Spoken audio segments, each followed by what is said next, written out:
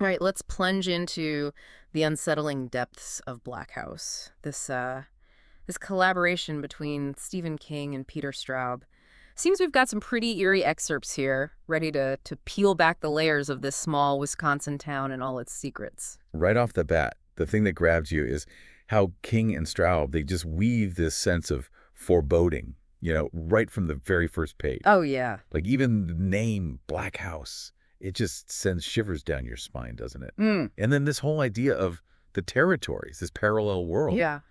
It's like they've taken the classic haunted house and cranked it up to 11. Yeah, I'm with you on that. I'm already hooked. And speaking of unsettling, you marked all these passages about the fog that seems to constantly blanket French Landing, the town where it all goes down. Mm.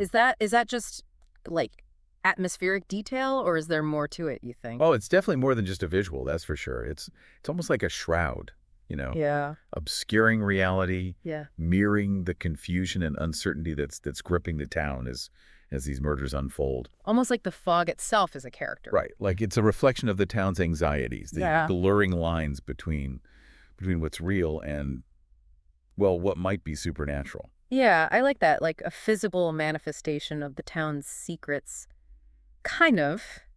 And speaking of secrets, you've also highlighted a lot about the people who live there. Right. Like Henry Leyden, the blind record collector. He really stuck out to me. Yeah, he's an interesting one, isn't he? Because he embodies this idea that, sometimes there's more to perception than just what we see. Mm-hmm. And his blindness, it's almost like it heightens his other senses, Mm-hmm. makes him hyper aware. Mm. Like he picks up on these little details, vibrations, emotional undercurrents that everyone else just misses. Wow. Makes you think, doesn't it? It does, almost like a human lie detector or something. Yeah, exactly. Then there's the Sandbar, that tavern. It seems like more than just a place to grab a drink. Oh yeah, the sandbar. That's a microcosm of the whole town, you Yeah. know?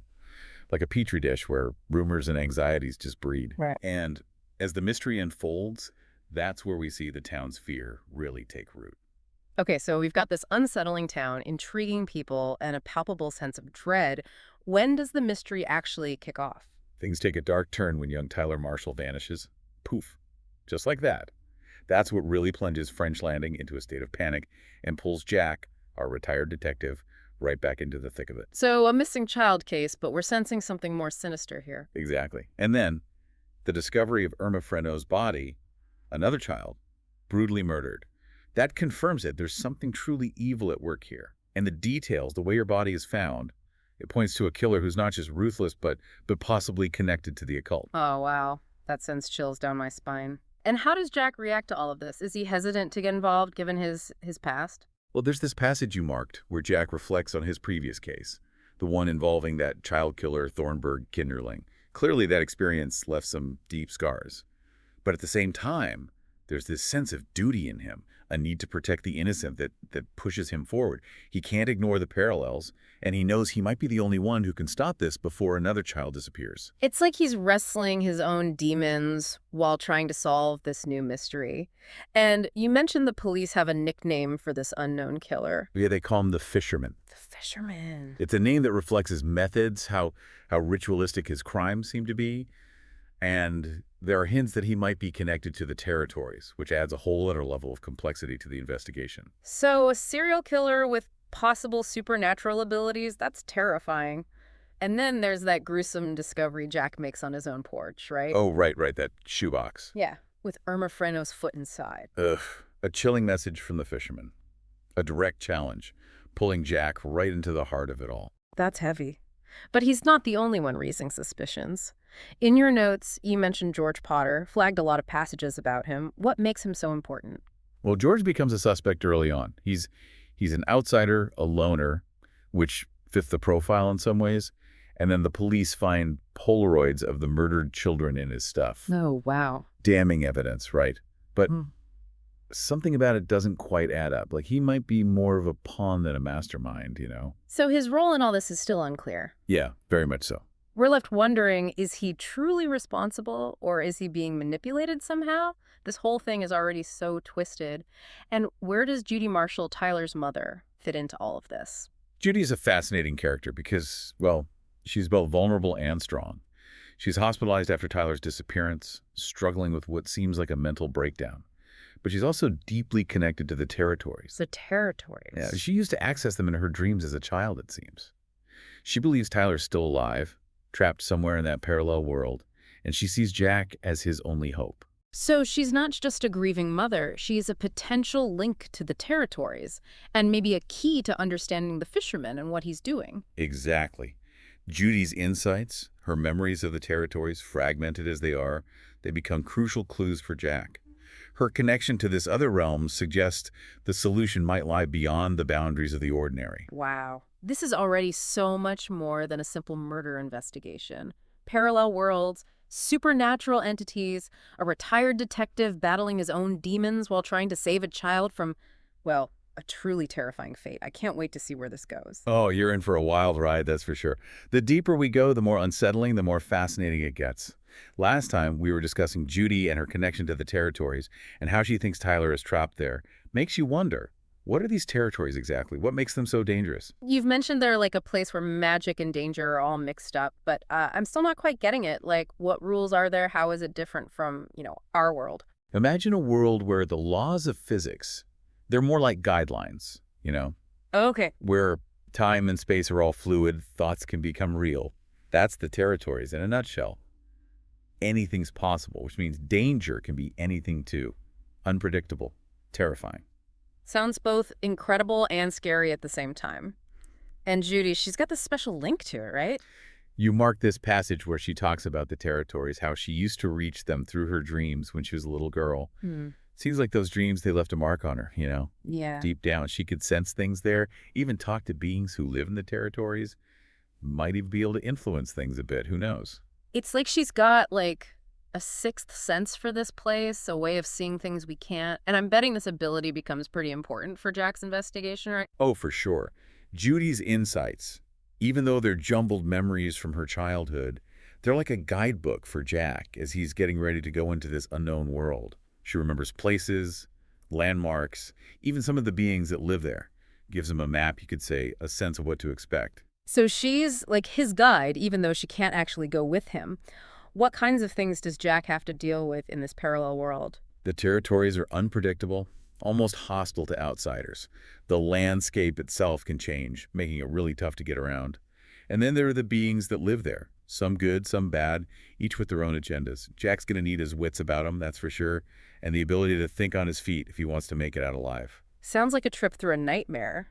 You also mark some stuff about this girl, Sophie, the one talking to Judy from the territories. Who's she, and how does she fit into the story? Sophie's a puzzle, that's for sure. Even after reading the whole thing, you're never quite sure who or what she is. Seems like a young girl trapped in the territories, reaching out to Judy for help, whispering warnings about the fisherman and his plans. But as you go on, you start to think maybe she's something more, an entity with its own goals, maybe even tied to the forces behind everything that's happening in both worlds. So guide and potential threat, all rolled into one, makes things even more complicated. And what about this Parkus character Jack runs into? You said he was important. Parkus is like a gatekeeper, guarding all the knowledge and secrets of the territories. He knows a lot about the place, about the creatures who live there, including the fishermen and his ties to the Crimson King. But he's also a bit of a manipulator, playing his own games, giving information only when it suits him. Not the most trustworthy ally, then. What does he tell Jack? He spills the beans about the fisherman, tells Jack he's not just a serial killer, but a breaker. It's like a telepathic slave to the Crimson King. He explains that the Crimson King, this evil entity, he wants to destroy everything, tear apart reality itself. And he's using breakers, like the fisherman, to create chaos and mayhem in both worlds. Now the stakes are really high. It's not just about Tyler anymore. It's about saving reality itself. Does Parkus say anything about the connection between the fisherman and Black House? Oh yeah, he reveals Black House is the fisherman's HQ, his evil lair in the territories. Like a magnet for the dark stuff, it draws in anyone who's susceptible to its influence.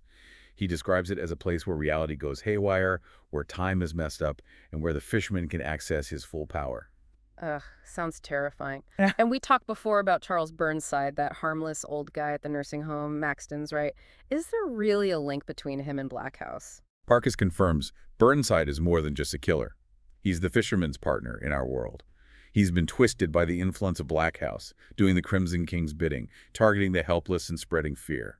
It's chilling to think something that dark could be hiding in a normal town like French Landing. And what about those bikers? The ones led by Beezer. They seem to be more than just like a colorful sideshow, right? The bikers, they're an unexpected twist. They operate outside the law, they've got their own code, a sense of loyalty and justice that aligns with Jack's mission to stop this evil in both worlds. They become his unlikely backup, providing some muscle and support in the fight against the fisherman and his crew. It's like the classic team up, the world-weary detective and the rough-and-tumble bikers joining forces to take on a supernatural threat. Where does Henry fit in all this? We haven't heard much about him lately. While Jack's off in the territories, Henry's back in French Landing doing his own investigation, digging into Charles Burnside's past. He uses his unique abilities to gather intel, his heightened senses, and his network of contacts to try and put the pieces together. So they're both working towards the same goal, but from different angles. Exactly, like two sides of the same coin, each using their strengths to fight back against the darkness. I'm hooked. Sounds like things are about to get really intense. What can we look forward to as we head into the last part of our deep dive? We're going to delve into the harrowing journey into Black House itself, the face-off against the fisherman and his forces, the ultimate showdown between good and evil. Yeah. Buckle up. It's going to be a wild ride filled with suspense, terror, and twists you won't see coming. Last we left off, Jack and Beezer were about to go into Black House, armed with what they learned from Parkus and Judy, ready to face the fishermen and get Tyler back. You really went to town highlighting this part of the book, so I'm guessing this is where things get really crazy, right? Oh yeah, things definitely ramp up here. Remember, Black House, it's not just some creepy old building, it's alive. A vortex of pure evil that feeds on pain and suffering, makes the darkness inside anyone who steps in there grow even stronger. It's a place where the Crimson King, he can bend reality to his will. Yeah, and you said before that time works differently in Black House. So Yeah. what's that like for Jack and Beezer? Time gets all messed up in there. Hours could feel like days. Minutes feel like they last forever. The house uses that, to disorient people, make them weak. Ugh, sounds pretty unsettling. And does that queen bee still help them once they're inside? You marked this one part where the queen bee, she leads Jack and Beezer through these hallways that keep changing, rooms that shift around so you can't find your way. Yeah. She seems to understand how the house works, how it messes with time and space, and she uses that to help them get closer to where Tyler's being held. Like a guiding light in that whole mess of darkness. But I bet they run into more than just, like, architectural tricks, right? Oh yeah, for sure. You mark a bunch of parts where they come face to face with these creatures, things you can't even describe. They're like the fisherman's twisted fantasies brought to life, fueled by the Crimson King's evil, nightmares made flesh, testing their courage and their sanity. Sounds absolutely terrifying. Does Henry get involved in this final showdown at all? Sadly, no. Yeah. You mark the passage where he's killed by the fisherman. Yeah. Brutal. He sensed Henry was getting too close, finding out too much. It's a huge blow to Jack, a reminder of what they're risking in this fight. Makes him even more determined to take the fisherman down, get revenge for his friend. It's so sad. Really drives home how serious this is, what's at stake for Jack personally. It's not just about Tyler now, it's about justice, stopping the fisherman from hurting anyone else. Right. And while Jack and Beezer are fighting their way through Black House, Dale Gilbertson, the chief of police, he's back in town dealing with all the chaos after what happened at the nursing home, Maxton's. He's got the media breathing down his neck, the town's freaking out, and he's way over his head trying to grasp all this supernatural stuff that's going on. Yeah, it shows how powerless regular authority can be when you're up against something like this, something truly evil and strange. Exactly. Yeah. But you also highlighted a part where Dale, he actually uses all that media attention to his advantage, Yeah. creates a distraction to pull focus away from Black House, gives Jack and Beezer some breathing room to do what they need to do. Pretty clever, right? He's starting to realize the old rules don't apply here. Yeah, like he's finally adapting to the situation. So, back in Black House, Jack and Beezer finally find Tyler. What kind of shape is he in? It's rough. You mark this really intense part that describes how Tyler's been treated, all the physical and mental torture Burnside put him through, his mind's all twisted and broken, poisoned by the evil in Black House. It's just heartbreaking, It really shows how cruel the fisherman is. I can't even imagine. It must be a relief for Jack to finally find him, but terrifying to see him like that. Oh, absolutely. And getting out is no walk in the park either. Yeah. They run into Mr. Munchin, that creepy thing that acts as the Crimson King's voice, his puppet master, you could say. And it's a real fight for survival. This is the guy pulling Burnside's strings, right? What happens when they clash? You mark the part where the queen bee, she senses the danger and calls on a swarm of bees from the territories. They attack Mr. Munchin, and it's all chaos, really violent. That gives Jack, Beezer, and Tyler the chance to escape while he's busy fighting them off. Wow, the queen bee really comes through for them. Sounds like a tough win, though. Yeah, it comes at a cost. Doc, one of Beezer's buddies, gets hurt bad during the escape.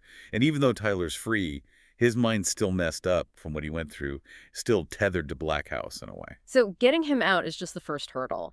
Then comes the challenge of helping him heal. What about Burnside? Does he get away? Nope. You mark the part where he chases after them, all full of rage and desperation. Beezer ends up confronting him and, well, he lets loose all his fury on the guy who hurt Tyler.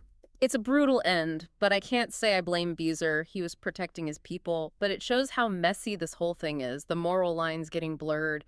They took a life, even if it was to save others. That's a good point. Fighting evil, even with the best intentions, it can have consequences, force people to make tough calls, even compromise their own morals. So what about Black House itself? What happens to it once the fishermen and Burnside are gone? It's like once its master is gone, it starts to fall apart. Its power fades. Its connection to the Crimson King is broken. It collapses in on itself, swallowed by its own darkness, leaving only ruins and this lingering feeling of wrongness. It's a powerful image, evil destroying itself, but also a reminder that the Crimson King is still out there, somewhere, maybe planning his next move. Exactly. It's a victory, but it's bittersweet. They save Tyler, stop the fishermen, but the fight against evil, it's never truly over. The book ends, and you're left with this feeling of unease, knowing that darkness can always come back, maybe when you least expect it. Black House leaves you with this mix of hope and fear, doesn't it? We see the good in people, how strong courage and compassion can be, but also how stubborn evil is and the sacrifices that have to be made to fight it. It's the kind of story that sticks with you, makes you think about what it means to be good or evil, and the choices we make when we're faced with darkness. Thank you for taking me through Black House with you. It's been a fascinating, if somewhat disturbing, journey. My pleasure. And if you continue to explore the world Stephen King and Peter Straub have created, I'd say keep the lights on and maybe watch your back.